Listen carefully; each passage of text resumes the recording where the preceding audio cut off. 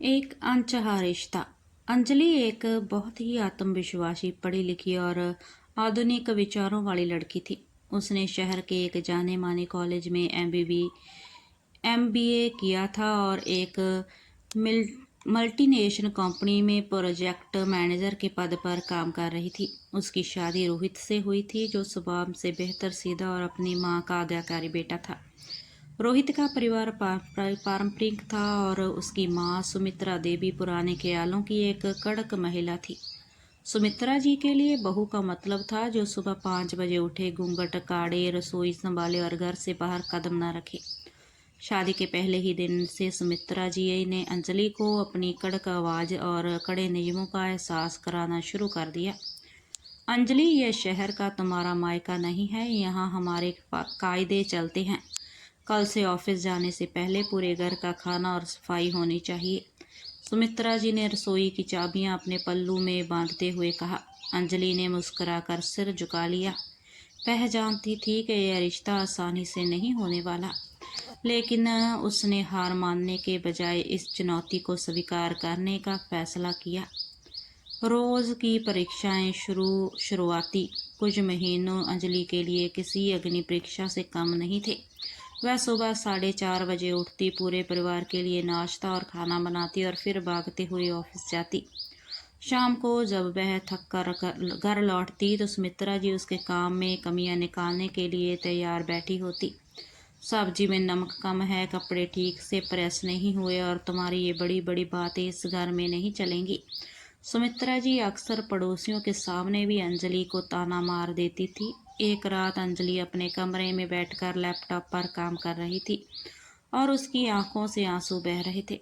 रोहित ने उसके कंधे पर हाथ रखा और कहा, अंजलि, मुझे माफ़ कर दो। माँ का स्वभाव बचपन से ही ऐसा है। जब मेरे पिताजी का देहांत हुआ तब से माँ ने बहुत मुश्किलें झेली। अकेले दम पर मुझे पाला, शायद इसीलिए वह थोड़ी सख्त और असुरक्षित हो गई हैं। वह डरती हैं कि कहीं तुम मुझे उनसे दूर न कर दो।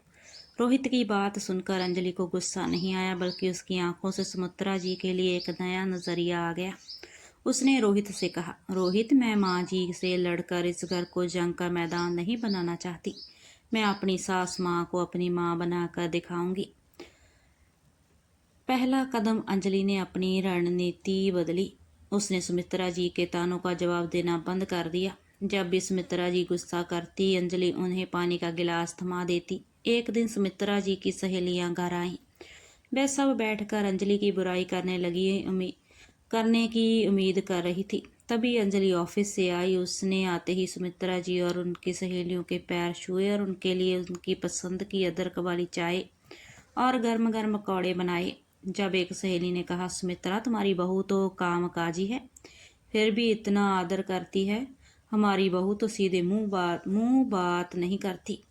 यह सुनकर सुमित्रा का सीना गर्व से चौड़ा हो गया। हालांकि उन्होंने ऊपर से यह नहीं दिखाया।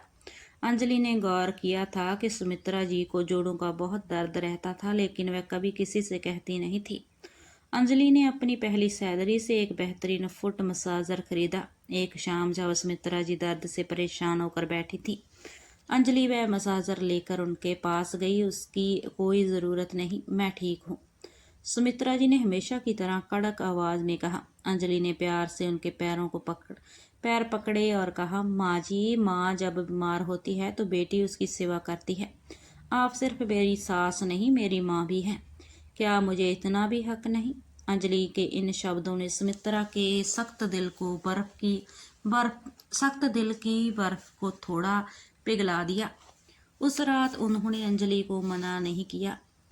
संकट की घड़ी कहते हैं कि इंसान के असली स्वभाव की पहचान संकट के समय ही होती है। शादी के 1 साल बाद सुमित्रा जी को अचानक सीने में तेज दर्द हुआ।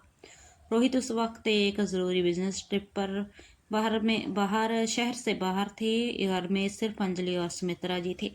सुमित्रा जी दर्द से करा रही थी, बेहद डरी हुई। अंजलि ने बिना घबराए तुरंत एम्बुलेंस बुलाई। वह अकेले ही अपनी सास को लेकर अस्पताल पहुंची। डॉक्टरों ने बताया कि सुमित्रा जी को माइनर हार्ट अटैक आया है, तुरंत इमरजेंसी सर्जरी करनी होगी।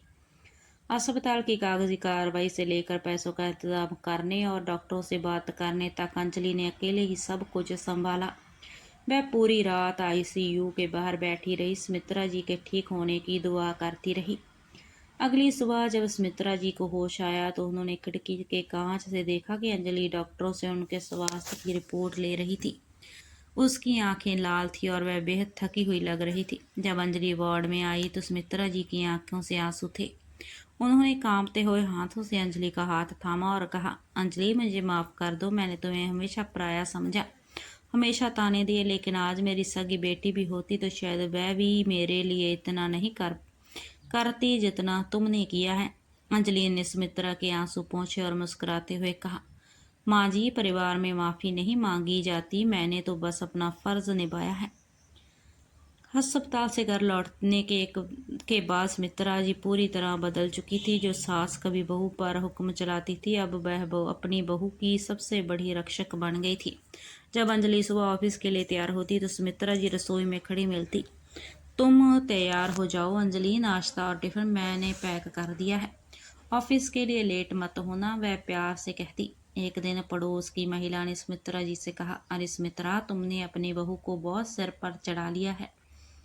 आजकल की लड़कियां नौकरी पाकर घर तोड़ देती हैं। सुमित्रा जी ने तुरंत उस महिला को टोकते हुए गर्व से कहा, मेरी बहू घर तोड़ती नहीं, जोड़ती है। वह इस घर की लक्ष्मी भी है और सरस्वती भी। उसने अपनी समझदारी से मुझे और मेरे पूरे परिवार को संभाला है। मुझे गर्व है कि अंजलि मेरी बहू है। पीछे खड़ी अंजलि यह सब सुन रही थी। उसकी आंखों में खुशी के आंसू थे।